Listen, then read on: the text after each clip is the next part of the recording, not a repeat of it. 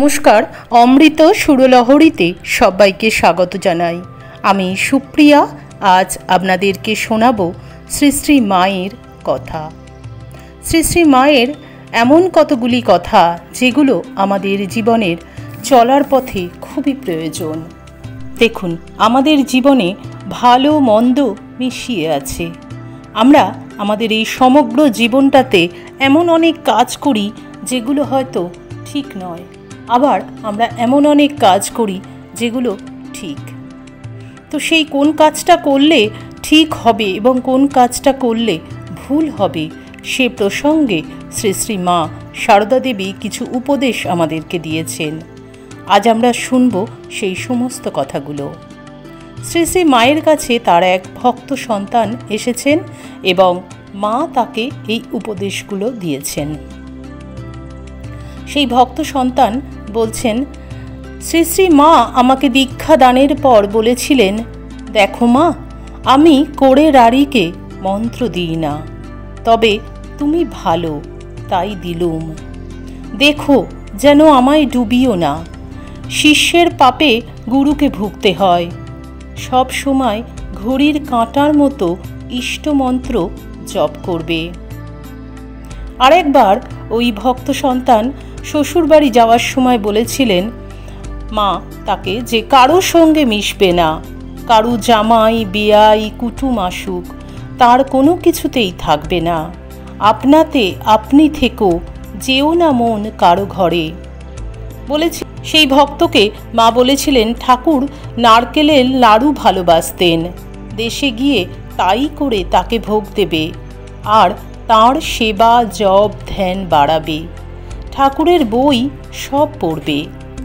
ভক্ত মহিলাটি আরেক দিনের কথা বলছেন একদিন মা ও আমি ছিলুম, আর কেউ ছিলেন না।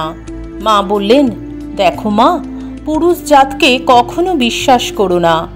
অন্য পরের কথা কি, নিজের বাপকেও না, ভাইকেও না, এমনকি স্বয়ং ভগবান যদি পুরুষ রূপ ধারণ করে তোমার সামনে আসেন, তাকেও বিশ্বাস করো না। জানি না মা কেন এমন একটা কথা বলেছিলেন। কিছু ভেবেই মা বলেছিলেন নিশ্চয়ই। মঠে বা যেসব স্থানে সাধু সন্ন্যাসীরা থাকেন সেই সব জায়গায় বেশি যেতে মা বারণ করতেন। বলতেন, দেখো মা, তোমরা তো ভালো মনে ভক্তি করেই যাবে, কিন্তু তাতে তাদের মনে ক্ষতি হলে সেই সঙ্গে তোমারও পাপ হবে। মা বলেছেন যখন তখন যাত্রার সঙ্গে তীর্থে যেতে মা বারণ করেছিলেন। বলেছিলেন, তোমার হাতে যখন 2 পয়সা হয় 10-20 জন বামুন খাইয়ে দিও। একটি স্ত্রী ভক্ত সামনে বসেছিলেন, তাকে দেখিয়ে বললেন, এই দেখো, একজন তীর্থ করতে গিয়ে কেমন ঠক্কর খেয়ে এসেছে। তীর্থ গমন দুঃখ ভ্রমণ, মন উচ্চাটন হয়েও না রে। ভ্রমিয়ে 12, ঘরে বসে 13, যদি করতে পারো। মা এই কথাটা বলেছেন কারণ তীর্থে দেখুন সবার সঙ্গে যাওয়া যায় না। যার মধ্যে অনুরাগ নেই, যার মধ্যে শুধুই দেখতে যায়, তীর্থ দর্শন শুধু দেখার জন্য যায়, কোনো রকম অনুভূতি হয় না, তার সঙ্গে গেলে সেই আনন্দ পাওয়া যায় না। তাই মনের মধ্যে একটা উচাটন হয়, তখন মন ভালো লাগে না। তাই মা বলছেন যে ঘরে বসে ঈশ্বরকে স্মরণ করো, বেশি তীর্থে যেও না, এমন কারোর সঙ্গে যেও না যার সঙ্গে গিয়ে তুমি তৃপ্তি পাবে না। আমরা তো যাই তীর্থ ভ্রমণে কেন? নিজের মনের আনন্দের জন্য, তৃপ্তির জন্য। সেই তৃপ্তি পাওয়া যাবে না। ভক্ত মহিলাটি বলছেন, একদিন স্ত্রী ভক্তেরা অপর একজনের নামে 5 জনে 5 রকম সমালোচনা করছিলেন। সেই সময় মা আমায় বললেন, তুমি তাকে ভক্তি করবে, সেই তোমায় প্রথমে এখানে এনেছিল। অর্থাৎ মায়ের কাছে ওই ভক্ত মহিলাটিকে যিনি এনেছিলেন, তার নামে কেউ কিছু বলছে এবং সমালোচনা করছে। সেই সময় মা সেই ভক্ত মহিলাটিকে বলছেন যে তুমি তার দ্বারাই আমার কাছে এসেছো, তাই তার যতই অন্যায় থাকুক না কেন, ভুল থাকুক না কেন, তুমি তাকে ভক্তি করবে। পরের একটি ছেলে নিয়ে মানুষ করতে চেয়েছিলুম আমি। তার উত্তরে রাধুর জন্য নিজের অবস্থা দেখিয়ে মা বলেছিলেন, অমন কাজও করো না।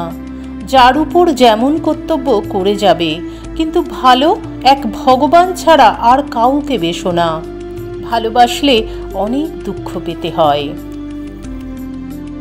শ্রী শ্রী মায়ের নিকট আমার মন্ত্র গ্রহণের কথা শুনে আমাদের বাড়ির গুরু আমায় শাপ দিয়েছিলেন। মাকে সে কথা লিখেছিলুম। মা চিঠিতে উত্তরে জানালেন, যে ঠাকুরের শরণাগত হয় তার ব্রহ্ম শাপেও কিছু হয় না, তোমার কোনো ভয় নাই। জনৈকা প্রাচীন স্ত্রী ভক্ত একদিন আমায় বলেছিলেন, মঠে ফটে আর এখন কিছু নেই। তাই মাকে গিয়ে বলেছিলুম, অর্থাৎ মঠে গিয়ে আর এখন কিছু নেই, মঠে গিয়ে এখন কিছু হয় না। এ কথা শুনে মা কি বলেছিলেন আমরা শুনি। মা শুনে চমকে উঠে বললেন, যদি এখনও ধর্ম কিছু থাকে তো সে এখানে আর মঠে, অর্থাৎ বাগবাজারে, বেলুর মঠে, দক্ষিণেশ্বরে, যেখানে ঠাকুরের পদধূলি। একদিন জনৈকা স্ত্রী ভক্তের কথা আলোচনা করতে করতে আমি ও নলিনী দিদি মাকে বললুম, কিন্তু তার উপর তো আমাদের কোনো অভক্তি আসছে না। কোনো এক স্ত্রী ভক্ত কিছু করেছে, তার কথা আলোচনা হচ্ছে। আলোচনা হতে হতে নলিনী দিদি আর ওই ভক্ত মহিলা মাকে বলছেন, মা তার উপরে তো আমাদের কোনো অভক্তি আসছে না।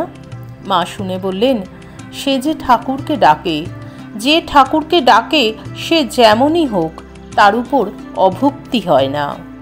অসাধারণ কিছু কথা মা আমাদের শেখালেন এখানে, এবং অসাধারণ কিছু কথা আমরা জানলাম মায়ের।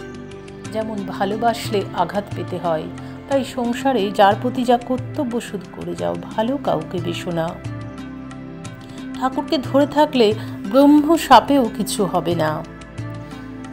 কার সঙ্গে মিশবো আর কার সঙ্গে আমরা মিশবো না, কার সঙ্গে তীর্থ ভ্রমণে যাব, এরকম অসাধারণ কিছু কথা আমরা জানলাম শ্রী শ্রী মায়ের কথা থেকে।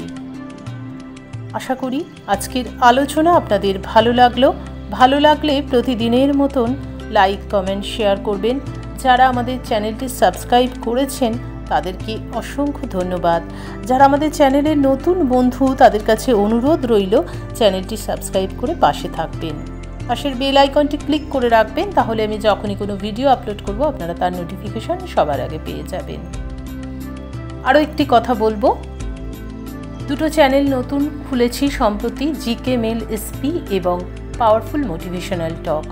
এই দুটো চ্যানেলেই আমি একটাতে সাধারণ জ্ঞান অর্থাৎ সম্পূর্ণ জেনারেল নলেজ জিকে মেলে, আর পাওয়ারফুল মোটিভেশনালে পাবেন আপনারা মনীষীদের কথা, বিভিন্ন মনীষীদের ভালো ভালো কোর্স, যেগুলো আমাদের অনুপ্রাণিত করে, আমাদের জীবনে চলার পথে অনেক প্রয়োজনীয় এই দুটো জিনিসই। এই দুটো চ্যানেলকে তাই বলবো সাবস্ক্রাইব করে পাশে থাকবেন। আজকের ভিডিও ডেসক্রিপশন বক্সে আমি এই চ্যানেল দুটির লিঙ্ক দিয়ে দেব। আজকের মতন এখানেই বিদায় নেব। ঠাকুর মায়ের কৃপায় আপনারা সকলে ভালো থাকুন, সুস্থ থাকুন, সকলের মঙ্গল হোক, সকলের ভালো হোক। দিব্যত্রয়ীর চরণে আভূমি লুণ্ঠিত প্রণাম জানিয়ে আজকের ভিডিও এখানেই শেষ করছি। হরি ওম তৎসৎ। রামকৃষ্ণ অর্পণমস্তু। জয় মা শারদেশ্বরী, জয় তু স্বামীজি মহারাজ।